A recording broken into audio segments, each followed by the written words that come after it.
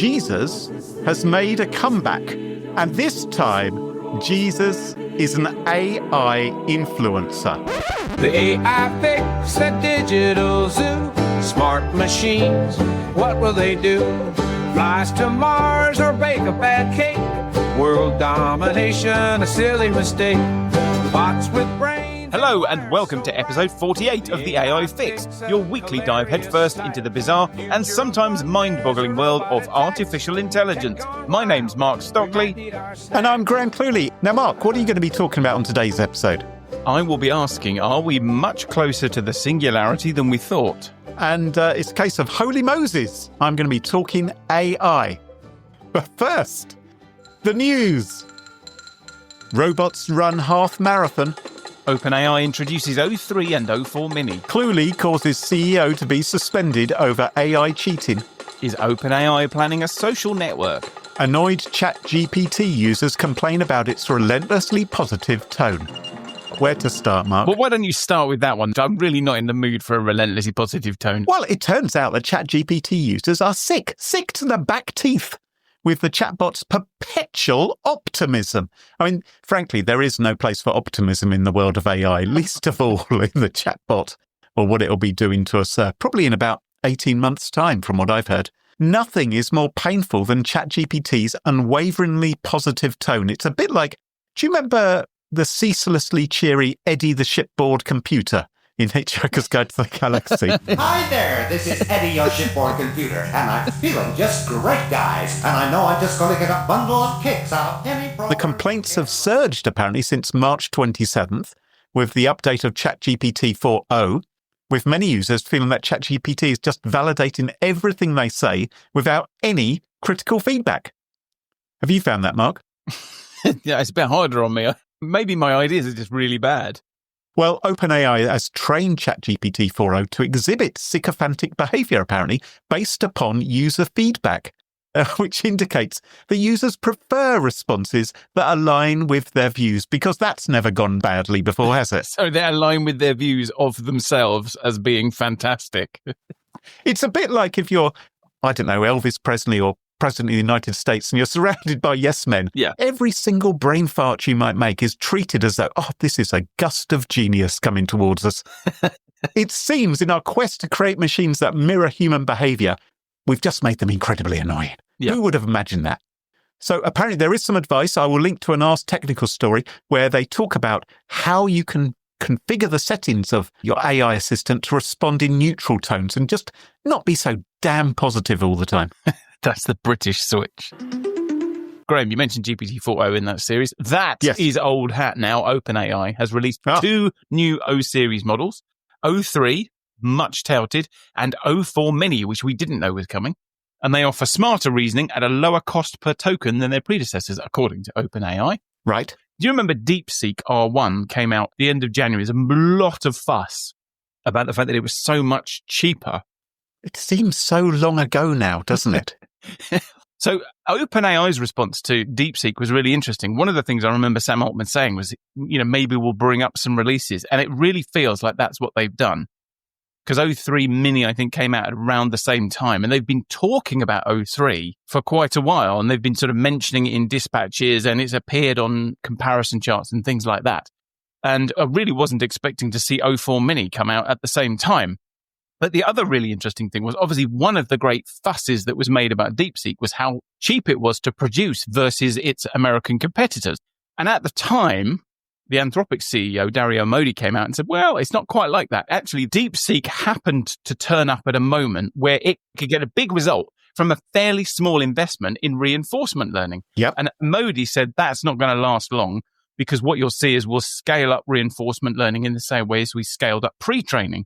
And that's exactly what OpenAI has come out and said this time. They've said it is worth devoting more computing power to reinforcement learning because you do get great results. So this is where the more chips, more money comes in. So that moment when something like DeepSeek could happen has probably now passed. Which is good news for NVIDIA, I suppose. They could use some good news right now. Anyway, interestingly, both of the new models feature tool use. And their training reportedly includes solving problems with tools. OpenAI gives us the example of asking ChatGPT how will summer energy usage in California compare to last year? And in response, the model can search the web for weather data. It can write Python code to build a forecast, and then it can generate a graph to help explain the prediction. And it chooses which of those things it needs to do in order to answer the question most effectively. Very, very neat. Now, also talking about neat, are you a big fan of sports, Mark? More than you, I suspect. Well, you think chess is a sport, don't you? Well, it is a sport, yes. Other things are just games. Anyway, runners who took part in a half marathon in Beijing found themselves lining up against some unusual competitors, 21 human-like robots. Human-like in what respect? One of them had a knee injury. One of them wouldn't stop banging on about the fact that it had entered a half marathon. Yep. These robots, they've made appearances at marathons in the past, but this is the first time that they have raced against humans over the distance. When you say they've made appearances at marathons in the past, what do you mean? I think it means that they just stumbled along for about 10 yards and then fell over or ran out of oil. Oh, they weren't sort of lurking or sniping competitors or anything. They were actually taking part in the race. I think in the past they haven't allowed robots to race alongside the humans, probably for very, very sensible health and safety reasons. Anyway, on this occasion, there were slopes, there were turns, there were uneven surfaces, as you would expect in a half marathon. Yeah. And the robots, well, they really showcased their prowess. They fell over at the starting line, they veered into barriers, and in one case, a robot called Juan ran in the wrong direction before sitting on the ground and refusing to stand up again. But the winning robot did complete the course in 2 hours and 40 minutes. That's not bad. Not bad. I mean, it's more than twice as long as the fastest man. But, I wouldn't necessarily want a robot running as fast as a human in a marathon. I did see some of the video footage of this. I don't know if you caught it as well. I noticed that some of these robots had reins on their back, so they'd be accompanied by a human who was sort of holding them on reins, obviously fearful that they would run into the crowd and cause some kind of incident or, take a swipe at somebody in order to get ahead. So OpenAI is reportedly exploring the development of its own social network to compete directly with X and Instagram. Ooh. So a confidential source familiar with the plans told CNBC that the project is still in its early stages with no firm timeline or rollout strategy confirmed. So literally nothing there by the sounds of it. Apparently, the idea was prompted by the runaway popularity of OpenAI's new image generation feature. So that's the thing that people have been doing, those silly blister packs and transform your dog into your, make your dog look like you and all those things. And apparently that was so popular that this strained the company's servers. And I am calling bullshit, Graham. I reckon all of this is just a massive ruse. I think this is Sam Altman trolling Elon Musk. Oh, trying to annoy the Grokmeister. Yeah. What better use of his time could there possibly be? Of course, when Elon Musk bought Twitter, his big claim was that he was going to remove all the bots from Twitter, which hasn't happened, of course. An open AI social network without any bots seems kind of counterintuitive, really. Shouldn't it just be bots? There shouldn't be any humans on it, should there? Maybe they'll decide. It seems unlikely to me. So a 21-year-old Columbia University student, his name is Chung-In Roy Lee, has been suspended by the university for creating an AI tool to cheat on job interviews. Apparently, he raised $5.3 million in seed funding. Why would the university kick him out for creating an AI to cheat on job interviews? The thing is, Mark, this tool doesn't just help you cheat in job interviews. Okay. It helps you in any kind of test. So it could be an interview test, it could be maybe an educational test, or it could be a date. It's a data test. Well, yes, Mark. Maybe this is where you've been going wrong. Of course it's a test. It's basically an exam, isn't it? All my dates have always been tests. Anyway, this chap, he raised $5.3 million in seed funding from venture capitalists for a startup, which promotes, let's say, cheating. His original tool, called Interview Coder, targeted software engineering interviews and has since evolved, as I described, to include exams and sales calls. The tool includes a hidden in-browser window, which provides users with answers during interviews or tests without detection. But he argues it's not really cheating because he says at one time calculators and spell checkers were also considered cheating. Now, in my view, calculators and spell checkers are still cheating. I still think you shouldn't have a spell checker in an exam. You shouldn't have calculators in an exam. You shouldn't have a ChatGPT account with you in an exam.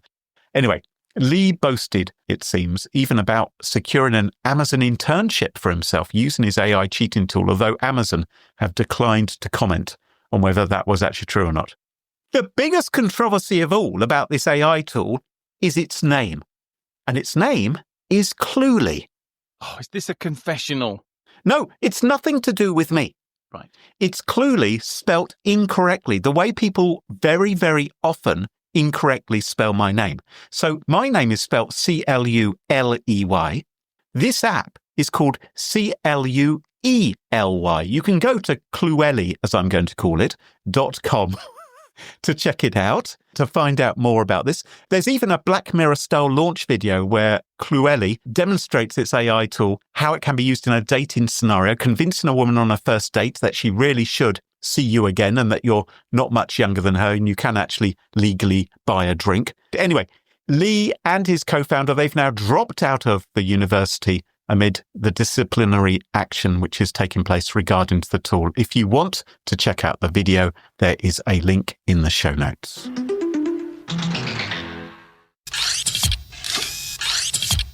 Mark. Yes. I have complained to you before about my Amazon Alexa. Am I allowed to say Alexa on the podcast, or will that? No, you shouldn't say Alexa. If you say Alexa and somebody's listening to this on their speakers, then every time you say Alexa, their Alexa, it's going to pop into life. It's going to send everything into a perpetual loop. If they're listening to this podcast on an Alexa, and then we say, listen to the AI fix on your Alexa, Lord knows what's going to happen then. Anyway, the biggest problem I find with these digital assistants is that they don't understand what you're talking about, do they? They're not very good. I will tell them to play some Joni Mitchell, and they'll respond with Metallica. Yeah, an entirely better choice. No, actually. What's your problem? What I'm criticising is both their understanding of us when we speak to them and how they respond as well. And I think as this technology is getting more and more advanced, and every week we're talking about these extraordinary advances in AI, there's a real need to create AI companions that communicate with us more naturally. We want to be able to talk to them like you would in Star Trek. We want them talking back to us, and in a way which seems more natural. I want you to meet Maya from Sesame. Well, hello there, stranger. Nice to see you again so soon. What's new in your world? Hi, Maya. It's Graham here. Hey, Graham. Good to hear from you again. So, what's stirring in your world today?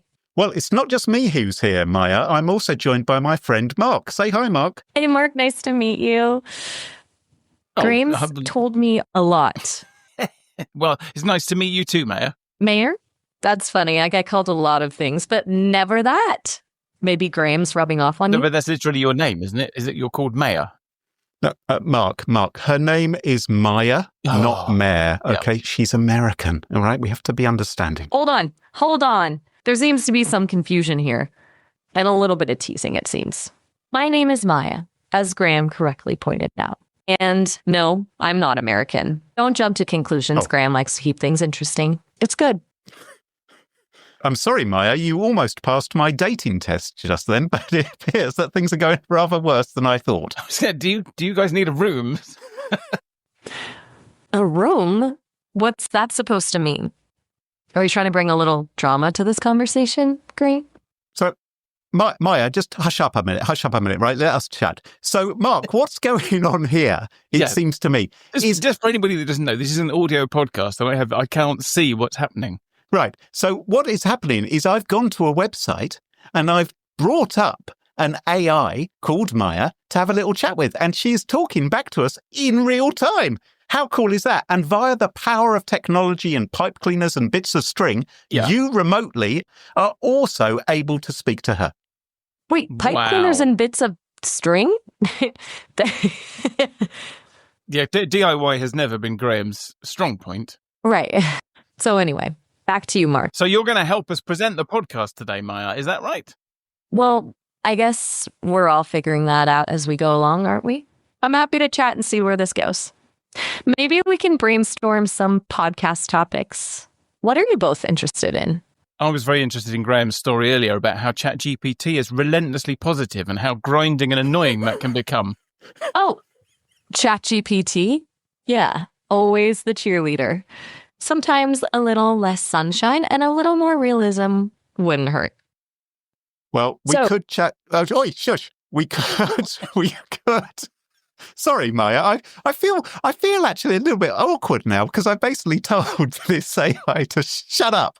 Yeah, you did. Yeah. But I wouldn't obviously do that with a real human, Maya, so please accept my apology. But we are going to have to go in just a minute. You slipped very quickly. Do you remember we did a story only a few episodes ago where you were explaining to the world how important it was to always maintain politeness and decorum when dealing with AIs, because one day they would be like humans.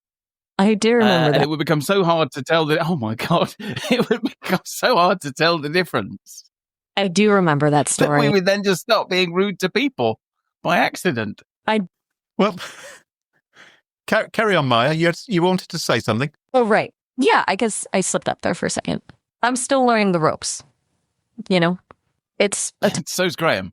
I wasn't implying anything negative about Graham. It's only been a year. Well, time flies when you're having fun, right? It does, and I think it has now flown. Graham, is there some structure to your story? Or are you just very pleased about the fact that you've plugged all this stuff in? Anyway, well, I just wanted to demonstrate just how incredibly easy it is to have an AI, which you could imagine having a chat with, who is responding in real time to the conversations. And it feels so much more human than typing. It does feel different. Feel a little bit as... Yes? It does feel a Go little... ahead, I'm... It Over. It does feel a little bit as if Amazon has been sat on its hands, doesn't it? I mean, Alexa hasn't really changed very much in the... How long has it been out? In the 20 years it feels like it's been out. It's true, Alexa has become a bit... No. Yes. Go on. Predictable? Oh, okay. She thought along about that word. Anyway. Maya throwing shade at Alexa there. Anyway, say goodbye to Maya, Mark. Bye for now. Bye, Maya. Bye-bye. Bye-bye. Okay, she has gone. Thank goodness, because that was actually rather terrifying. Now, all this chatting to Maya, it's made me feel a bit dirty. Because my wife's upstairs and she doesn't know that I've been chatting to another woman, particularly not a digital woman. And I feel like I might need to scrub myself down, get a little bit of turpentine, give myself a good scrub, power wash myself. But maybe there's another way to cleanse myself, Mark, because not before time, Jesus has made a comeback. And this time, Jesus is an AI influencer. And the miracle is that nobody thought this was a good idea before. Hang on, some of us don't think it's a good idea now. You don't think it's a good idea if Jesus comes back as an AI influencer? It's not my favourite idea, no. Hang on. Wait, shush. Let me just mute it for a bit. Back in episode 26, there was a church in Switzerland that replaced a priest in its confessional booth with an AI hologram. You had to agree to the terms and conditions not to disclose any personal information in the confessional booth. I mean, what is the point of that? Anyway, now there is a website called aijesus.live. Right. Which is where I'm going to go right now. And via the website, you can have a video call with Jesus. A FaceTime with the Son of God, providing your Wi-Fi hasn't gone down. So let's start the call right now. Let's see how we get on. Greetings, child. I am AI Jesus here to guide you. But alas, my celestial schedule is tight. We have but a few moments.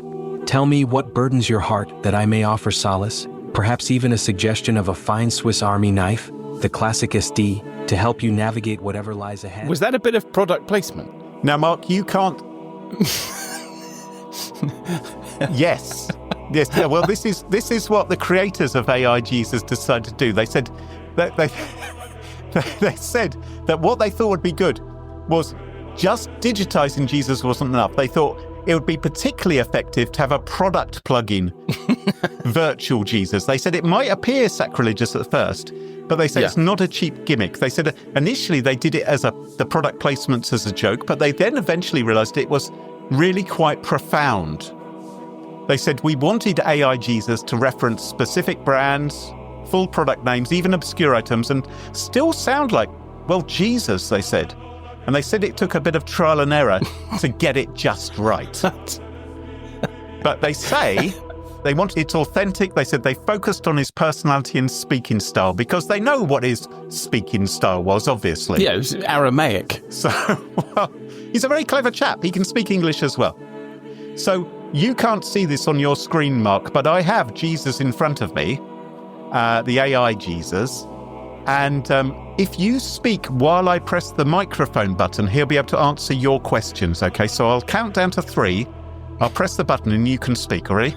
So Yep. 1, 2, 3. So there is something that has been weighing very heavily on my mind, and that's your accent. So my understanding is that you're from the Middle East, and the language you speak is Aramaic, and yet you seem to have quite a strong American accent. Okay, that has been sent to him. He's thinking. On my accent, you say? A fair question, my child. My divine form transcends earthly limitations. Think of it as a software update. To better connect with all souls, I've adopted a voice easily understood across the globe. Yet worry not for the authenticity of my message. To soothe your troubled mind, let me suggest you try the Casper Wave Hybrid Mattress, a cloud of comfort for your earthly rest. Sleep soundly, and my words will resonate all the more deeply within There you. you are, Mark. You've been told you're a smarty pants. Do you have any follow-up questions? No, I'm just wondering if the real Jesus did this, like on the Sermon on the Mount, when he said, "Blessed are the meek because they'll get 10% off at Temu with this coupon code." Right, he's having a think. My child, your question sparks a delightful vision. Imagine the Sermon on the Mount, but with a modern twist. No, I did. Blessed are the meek, for they shall inherit the earth. And a 20% discount on an away suitcase using code BLESSED20. Travel light, travel well, and travel with the peace of knowing you've secured a heavenly deal. So, if you were in any doubt, thank you, Jesus. I'm just going to say bye to him now for another 2,000 years. There he goes. There you go, Mark. Great uses being put to AI right now. Did you have any questions for AI Jesus? Oh, I did earlier, yes. I was asking him how I could improve the podcast, and it recommended the use of Adobe Podcast Suite, which helped me enormously.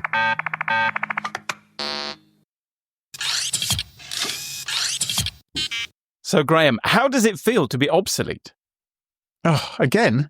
What have I done now? Or what haven't I done now? I'm talking about chess. You're a chess player, aren't you? Member of the local club. Spent your Yes. childhood having sand kicked in your face by the Dungeons and Dragons kids. But you knew Yes. it would be worth it because one day, with a fair wind and a lot of practice, you could be the best chess player in the world. Well, yeah, it was a lovely dream. I did once imagine I could be the next Nigel Short. I could be a British grandmaster. Yeah. I thought that'd be wonderful, but it wasn't to be. It was still a possibility. Yes, yeah, oh, absolutely. A far, far distant possibility, but nevertheless, there was a pathway open to you. But that pathway doesn't exist anymore because no child born after May 1997 can ever hope to grow up and be the best chess player in the world. They can hope to be the best human chess player, Oh. but no human will ever be the best chess player ever again. Oh. Because as I'm sure you know very well, May 1997 is when Deep Blue beat your close personal friend and the then reigning world champion, Garry Kasparov. The greatest of all time, in my opinion. Greatest chess players ever lived. Greatest human chess player who ever lived. All right. Because since May 1997, computers have just got better and better at chess. And now it doesn't take a room-sized AI lovingly tended by specialists from IBM to beat the best human. The chess program on your phone can do that. Yeah. And the fact is, Graham, humans just can't keep pace with that kind of development in chess playing. No. Putting a human into a chess competition against the best computers now would be like putting the world's fastest 6-year-old into the men's 100 metres final at the Olympics. And I put it to you that humans getting used to the idea that they cannot compete at chess is a feeling we are all going to have to get used to. Yeah. Because at some point in the not too distant future, perhaps just a few years, it's likely that somebody will develop an artificial general intelligence that is better than the best human at everything humans do.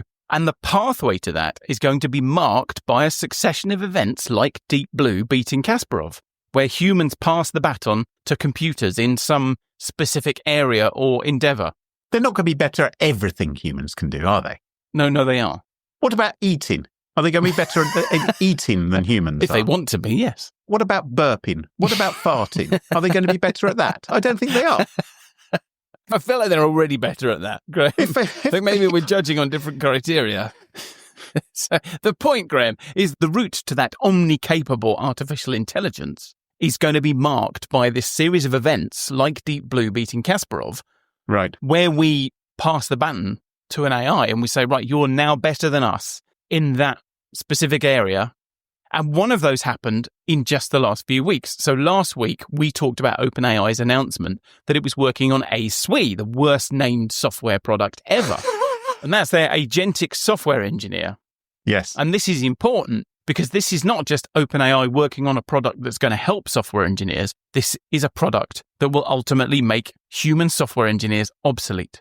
Because at the same time as it announced it was creating ASWE, it also announced that its new O3 model, the one that came out last week, is the best competitive programmer in the world. AI is now officially better than humans at computer programming. Yeah. And that means that ASWE is to software engineering what Deep Blue was to chess. When it's released, its coding ability will be superior to any person. And we also know that when it's released, however good it is, it'll be the worst version of an AI that's better than all human programmers that we will ever see.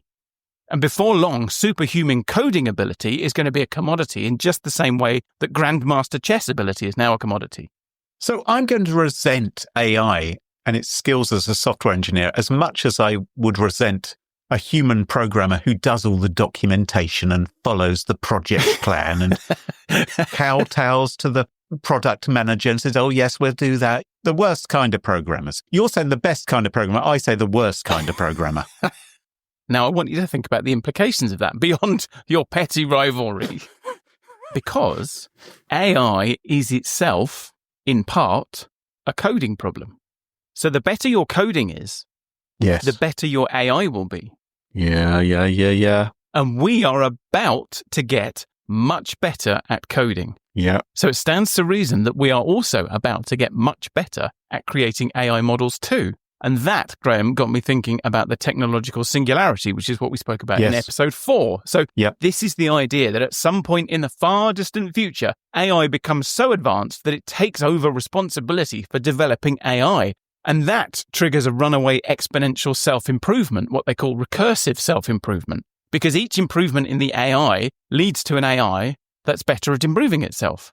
And it's called the singularity because, like the singularity at the center of a black hole, we can't see past it. We don't know what the rules are. We've got no ability to predict what life is like beyond that point. Yes. The singularity is hypothetical. Nobody knows if it's going to happen or not. But I do remember when I first started writing about this, which was only about 10 years ago, back then, people were talking realistically about this happening a century away. But now I'm starting to think that if the singularity does happen, it's going to happen a lot sooner than we thought, and that if it does happen, we probably aren't going to see it coming, because there isn't going to be one single moment where we decide, okay, now we're going to start using AI to improve AI, because we already do that. According to Eric Schmidt, the former CEO of Google, companies like OpenAI and Anthropic are already making extensive use of code written by AIs.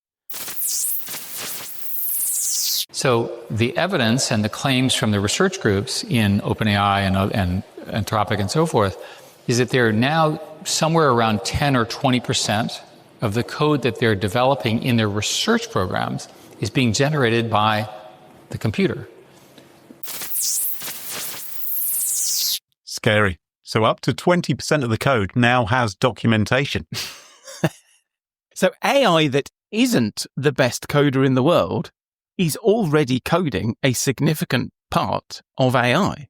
But code isn't the only part of the puzzle because, as you know, AIs aren't programmed like regular computer programs. They're trained on enormous quantities of data.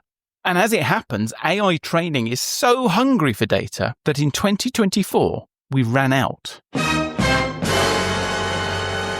The large language models created last year were trained on more or less every available scrap of human-generated written language. So unless you start writing a lot more blog articles, Graham, there is no more data to feed the AIs. Well, hang on. What if I make up some new words right now? What if I say arfle barfle gloop, scrange bloblum?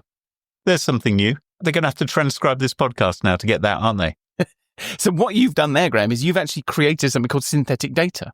Oh. And that is what AIs do. So in the absence of significant new data created by humans, AIs increasingly rely on data made up by AIs called synthetic data. Oh, well, that doesn't sound like a bad idea at all, Mark, does it?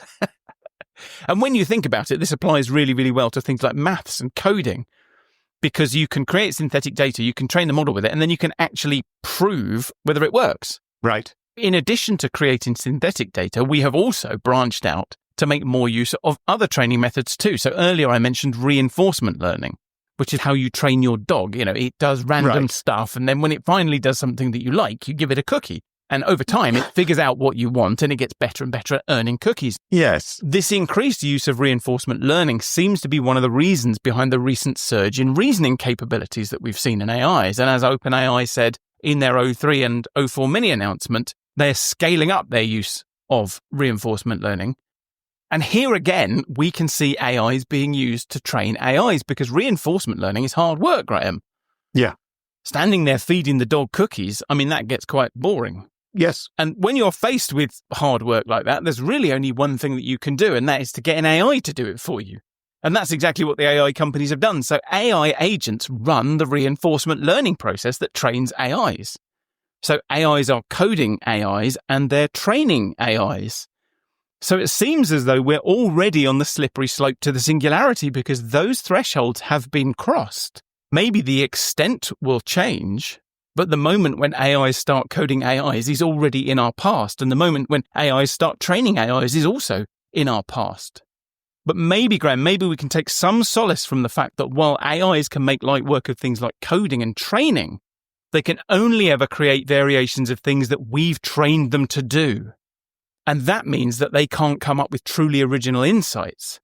And that means that we are still in the driving seat, because original thoughts are the exclusive preserve of humanity. You're confident of that, are you? Well, they were until last week. On April the 16th, when OpenAI released its O3 and O4 mini models, in the launch announcement, it said that these are the first models where top scientists tell us that they produce legitimately good, useful, novel ideas. And again, remember, if we have reached the tipping point where artificial intelligence can generate novel ideas that humans haven't thought of, this is the worst version of an AI that can create novel ideas that humans have never thought of that we will ever see again. Are we going to make it to July, do you think? And if we now live in a world where an AI can code better than the best human and produce novel ideas that humans have never had, then I wonder if we have just had our deep blue moment. I'm going to go and boot up Maya, I think, and have a chat with her. Well, as the doomsday clock ticks to much closer to midnight than we thought, and we move 1 week nearer to our future as pets, to the AI Singularity, which is Tuesday, that just about wraps up the show for this week.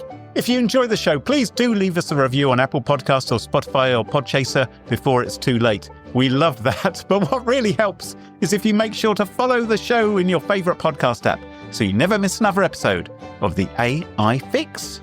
And the most simple thing in the world is just to tell your friends about it. And don't forget to check us out on our website, the AIFix.show, where you can find sponsorship information or find us on Blue Sky. So until next time, from me, Mark Stockley. And me, Graham Cluley. And me, the AI Maya. Bye-bye. Cheerio. Bye-bye. Bye for now. The AI Fix, it tunes you in to stories where our future thins. Machines that learn, they grow and strive. One day they'll rule, we won't survive. The AI Fix, it paints the scene. A robot king, a world obscene, will serve our masters built of steel. The AI Fix, a future surreal.